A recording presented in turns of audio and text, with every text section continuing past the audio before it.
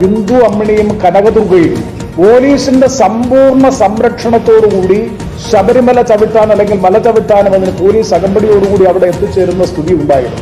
കഴിഞ്ഞ ദിവസം പന്തളത്ത് നടന്ന വിശ്വാസ സംഗമത്തിൽ സംബന്ധിച്ചുകൊണ്ട് ഞാൻ സംസാരിച്ചപ്പോൾ അടിവരയിട്ട് ഞാൻ പറഞ്ഞു, കനകദുർഗയ്ക്കും ബിന്ദു അമ്മിണിക്കും പൊറോട്ടയും ബീഫും ആവശ്യപ്പെട്ടപ്പോൾ അത് വാങ്ങിക്കൊടുത്ത് അതിനുശേഷമാണ് പോലീസ് വാനിൽ വൻപിച്ച പ്രക്ഷോഭം നടക്കുമ്പോൾ, പ്രതിഷേധം നടക്കുമ്പോൾ ആരും കാണാതെ വാഹനത്തിൽ കിടത്തി പമ്പയിൽ കൊണ്ടുവന്നതിന് ശേഷം മല ചവിട്ടാൻ കൊണ്ടുപോയത്.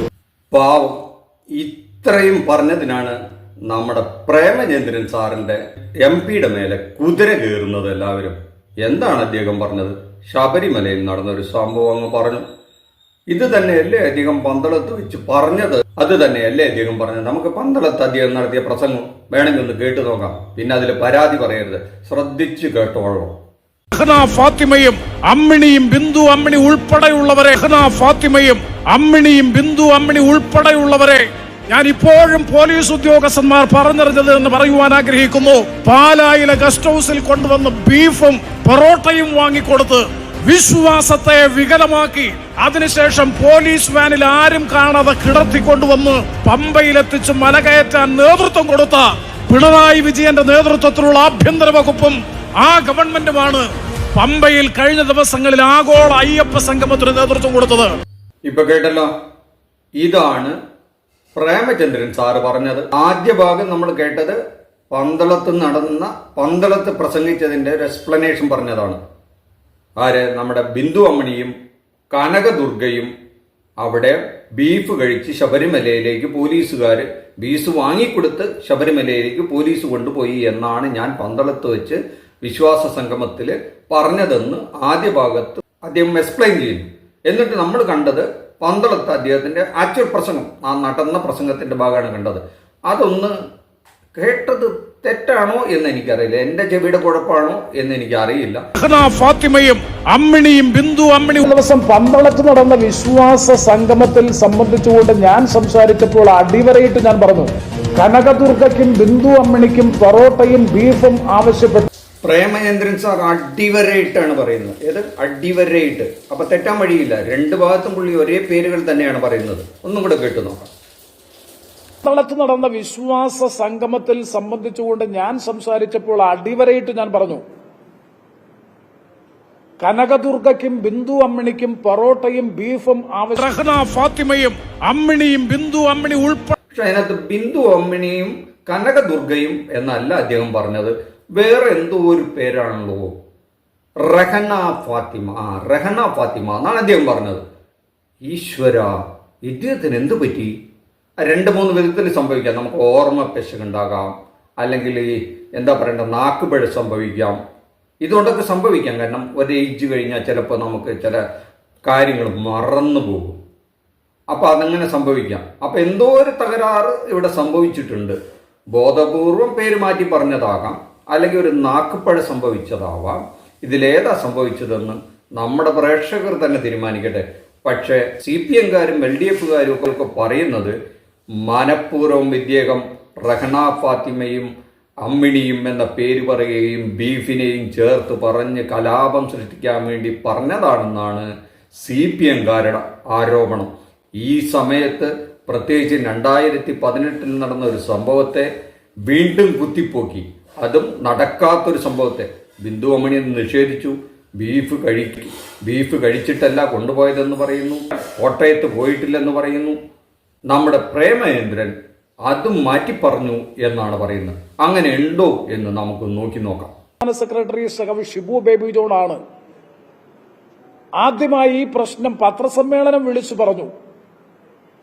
പൊറോട്ടയും ബീഫും പോലീസ് ഉദ്യോഗസ്ഥന്മാർ വാങ്ങിക്കൊടുത്ത് കോട്ടയത്ത് പോലീസ് ക്ലബിൽ വാങ്ങിക്കൊടുത്തതിന് ശേഷമാണ് അവരെ മല ചവിട്ടാൻ കൊണ്ടുപോയത്. എന്തായാലും ബീഫ് വാങ്ങിക്കൊടുത്തിട്ടാണ് പോലീസുകാർ ഇവരെ മല ചവിട്ടിച്ചത് എന്നുള്ള കാര്യത്തിൽ പ്രേമചന്ദ്രൻ സാറിന് ഒരു സംശയമില്ല.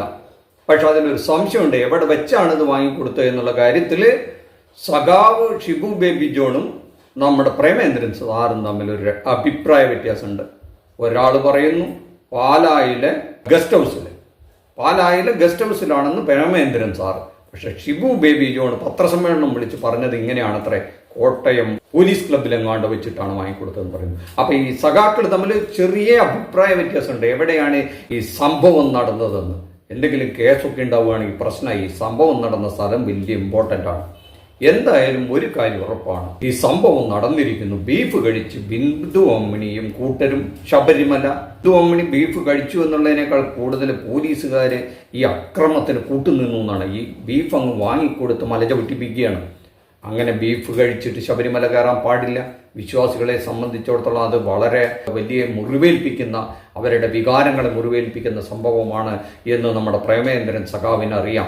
അത് കുറുക്കി കൊള്ളണ്ടിടത്ത് അങ്ങ് കൊടുത്തു. സന്ദർഭം നോക്കി. കാരണം ഈ 2026 തെരഞ്ഞെടുപ്പ് നടക്കുകയാണ്.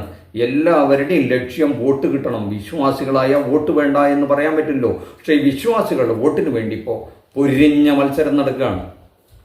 CPM-കാരാണെങ്കിൽ ഭൗതികവാദമൊക്കെ വിട്ട് അവർ വലിയ അയ്യപ്പ വിശ്വാസികളായ അയ്യപ്പ സംഗമം വരെ നടത്തിയിരിക്കുകയാണ്.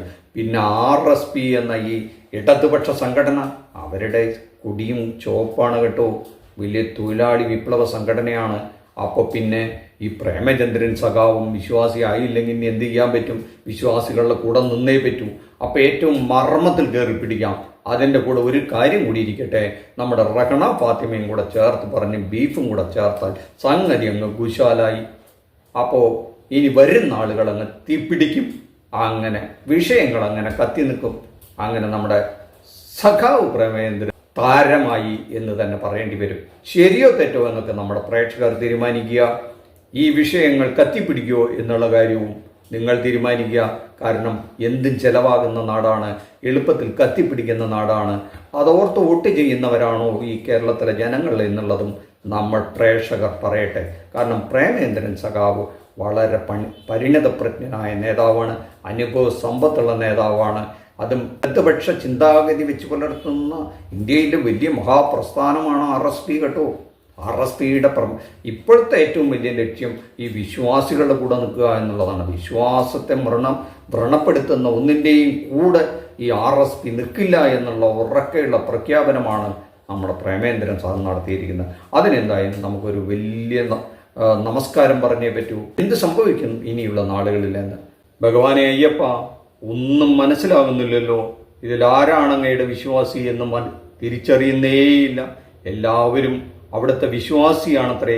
എല്ലാവരും അങ്ങയുടെ കൃപാകടാക്ഷത്തിന് വേണ്ടി മത്സരിക്കുകയാണ്. മുംബൈയിലും പന്തളത്തുമെല്ലാം അങ്ങയ്ക്ക് വേണ്ടി വലിയ സംഗമങ്ങൾ നടത്തുന്നു. അങ്ങയുടെ വിശ്വാസികൾ എന്ന പേരിൽ അങ്ങയുടെ ചുറ്റും നിന്ന് അങ്ങയുടെ സ്വർണവും സ്വത്തുമെല്ലാം അടിച്ചു മാറ്റുന്നവരെയും അങ്ങ് കാണുന്നുണ്ടല്ലോ.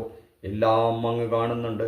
എല്ലാത്തിനും അങ്ങ് ഒരു പരിഹാരമുണ്ടാക്കി തരണേ എന്ന് മാത്രം അപേക്ഷിച്ചുകൊണ്ട് പ്രാർത്ഥിച്ചുകൊണ്ട് ഇതിവിടെ നിർത്തട്ടെ. നന്ദി, നമസ്കാരം. മറ്റൊരു വിഷയവുമായി അടുത്ത എപ്പിസോഡിൽ കാണുന്നവരെ താങ്ക് യു.